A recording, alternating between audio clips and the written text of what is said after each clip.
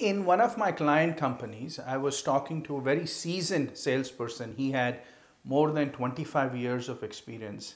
I asked him, I said, what makes you successful? What are the critical success factors that contribute to you closing deals and having a good success ratio?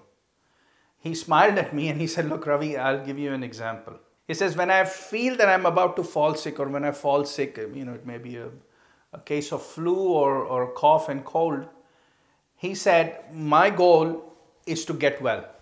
So I go to the medicine cupboard and I start taking whichever medicine applies, and I keep taking them.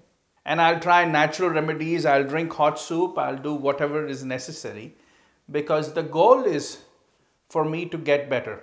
And I don't really care which medicine or remedy helps, I just want to get better. And he said, in sales, I have the same approach.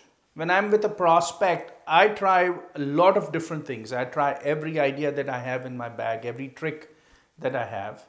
And I just want to close the deal. So that, I really can't tell you what specific factors have contributed. I just try a lot of different things and it has worked for me. Now, that is one way of selling.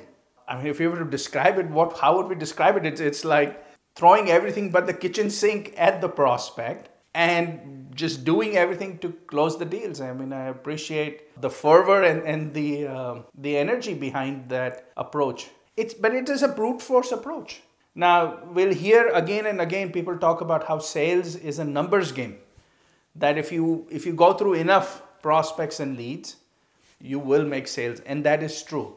But shouldn't there be a more efficient and more effective way, a more productive way to make sales happen, so that it doesn't burn you out, so that you don't have to spend an enormous amount of physical energy and emotional energy? So I want to share with you a better approach, and what I call figuring out your top sales drivers. Now, what are sales drivers? Sales drivers mean there are numerous sales drivers, including the pricing, the relationship that you have with the prospects, your credibility of the firm or the company, the references, the product features, the type of services you provide. There are many different drivers that help you close the deal. But what is a top sales driver?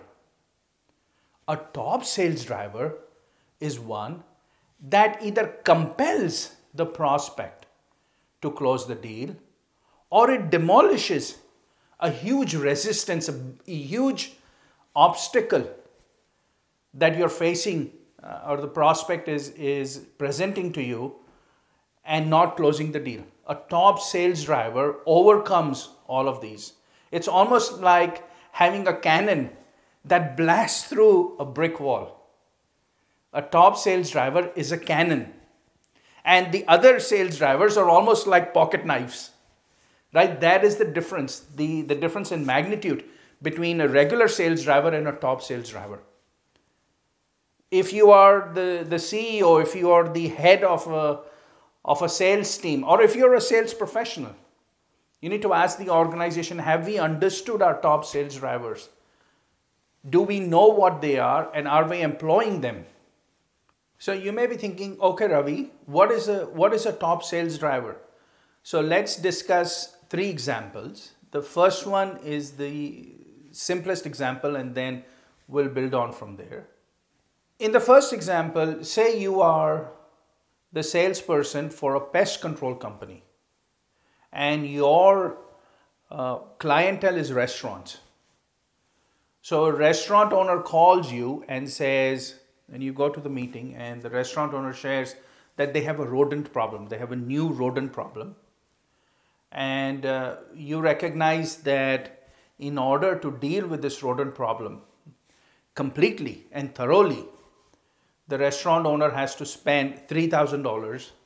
It's an extensive program, and it makes sure that the problem is gone for sure. But the restaurant owner is cost conscious and is also not so sure about the magnitude of the problem or the severity of the problem, right? They think, okay, it's just a couple of incidents. So they want to spend just $300 for you to take care of the immediate problem.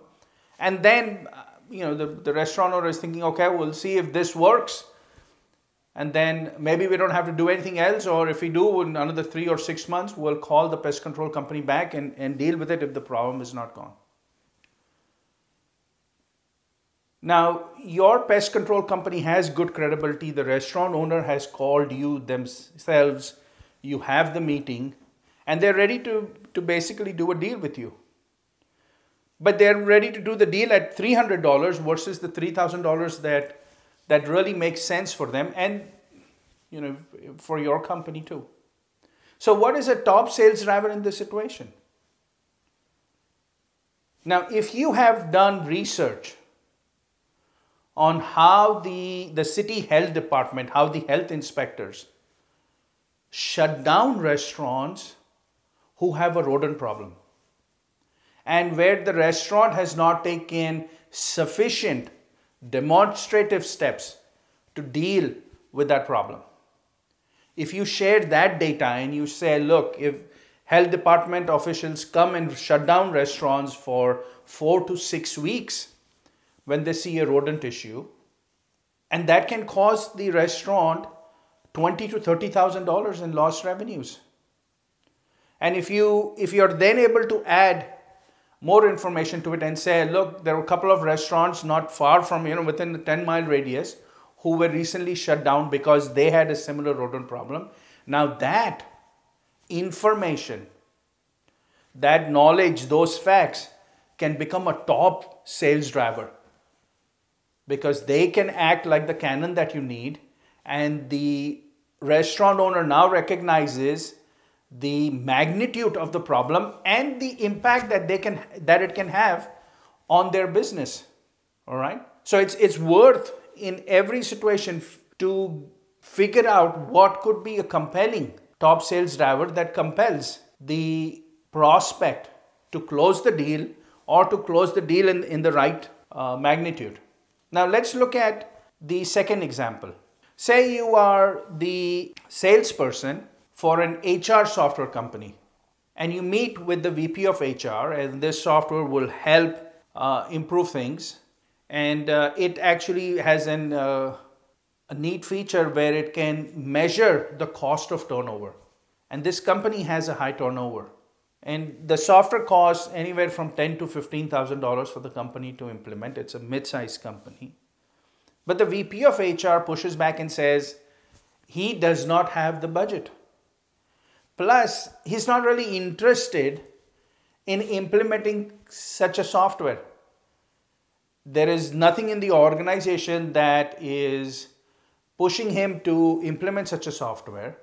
And he shares that the HR department is behind the curve because they're under so much pressure from operations to constantly fill the jobs, the open positions, because it's a very hectic place, it's a very chaotic place, and operations is burning out people. The processes are not good.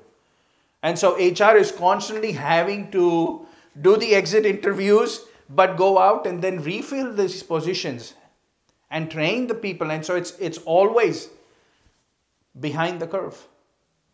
And the VP of HR really has no interest in spending the time for his department to now go through a new software installation, even though IT would help. It could be a distraction. Takes them away from what they need to focus on. Now, what could be a top sales driver in this situation? How would you crack the case? You have to step out because, you could try everything with the VP of HR. You could try your credibility. You could try your pricing strategy and discount the price, but it really is a non-starter. So what you have to do is think outside the box and now approach maybe the CFO and you show her the value of this software. The aspect which is how it measures the cost of turnover in the company. This company has a high turnover. And there are many companies like that. I have been in a few where turnover was more than, or at least one that comes to mind, the turnover was 24%. That's high turnover. And the company had no time to focus on it.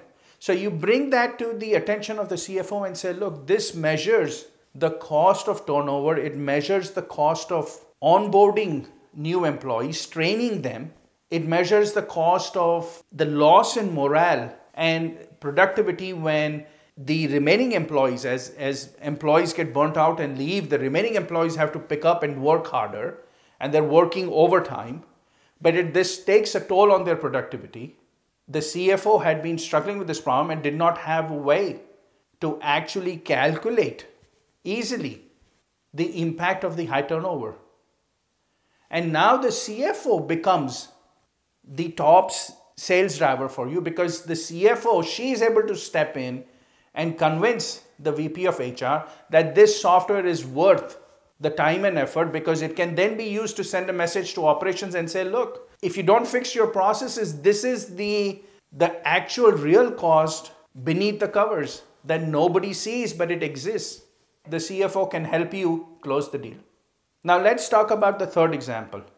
Say you are a salesperson for a mid-sized consulting firm and you sell Six Sigma services, driving efficiency in improving processes, work processes. Now you're meeting with the prospect, but the prospect is not ready. She is not ready to sign the deal because your work is intrusive to the organization. It is change management. It will change the processes and get significant pushback in the organization against the changes. And she knows it's going to be a political battle to fight. And she's just not interested. She's presenting a lot of reticence and resistance to implementing or to inviting you into the organization to implement change. She's just not buying that. Now, if she was to hire a big consulting firm with a lot of credibility and reputation, one of the big ones, then if things go wrong, nobody's going to blame her, because she says, well, look, I hired the best. And the best firms globally recognize, what can I do if they failed? The risk of failure is too high. So what could be a top sales driver in this situation that would help her make the deal? One of the top sales drivers is risk mitigation and risk management. If you are able to recognize that is the reticence, that is where the resistance comes, because she sees the risk that such a process can introduce into the organization. And if you were to present to her how you're going to manage the risk of failure, how you have a process and approach to deal with resistance in the organization so that the chances of failure are far less compared to any other consulting firm, that might help you close the deal. That might become your top sales driver. These examples are generic, but hopefully you get the point. You need to think about top sales drivers in every aspect, in every situation. Now, top sales drivers vary by industry segment. They vary by customer profiles. They also vary based on economic situations, and they may vary based on even different times of the year. Every business is different. But you must spend the time as an organization, as a sales professional, to determine what are your top sales drivers. And sometimes it can take weeks, months, even years to figure out your portfolio, your suite of top sales drivers. But as you figure them out, your success ratio will keep on improving, because you are now truly well armed, and these top sales drivers can help you close more deals, close deals with higher value, and even shorten the cycle time. So all the best. Thank you for listening.